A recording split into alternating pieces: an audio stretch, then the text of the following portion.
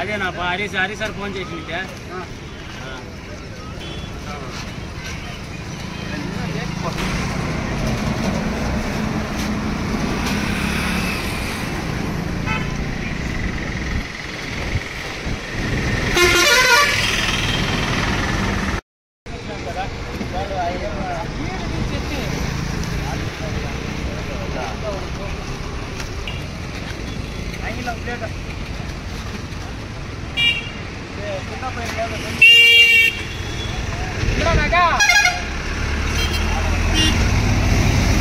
అన్నా ఎంత ప్లేటు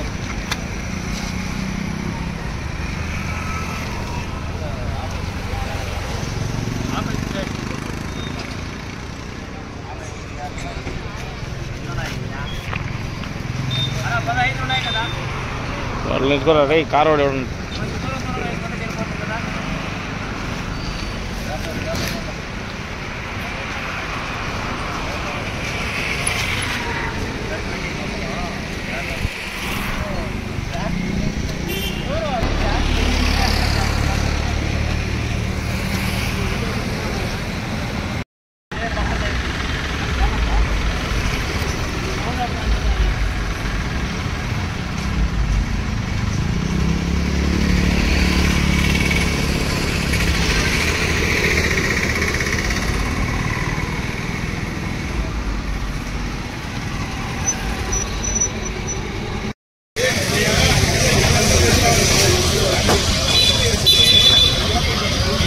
$4,000 5,000 చెప్తు భయ 5,000 చికెన్ 5,000 అంటారు ఈ చికెన్.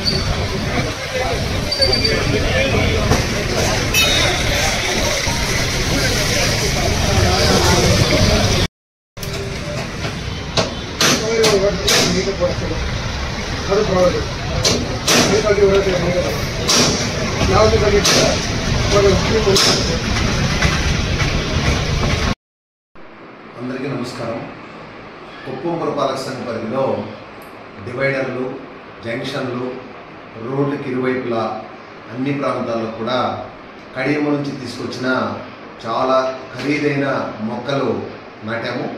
ఈ మొక్కలు నాటిన తర్వాత ప్రజలందరూ కూడా నా దృష్టికి తీసుకొచ్చింది ఏంటంటే, ఈ యొక్క పురపాలక సంఘ పరిధిలో అనాథరైజ్డ్గా మేకలు, పశువులు, ఆవులు యజమానులు కాపలా కాయకుండా వదిలివేస్తున్నారు. ఇవన్నీ కూడా ఏదైతే డివైడర్ల మీద జంక్షన్లో చెట్లు నాటామో అవి కొంచెం ఇబ్బందికరంగా ప్రవర్తిస్తున్నాయి.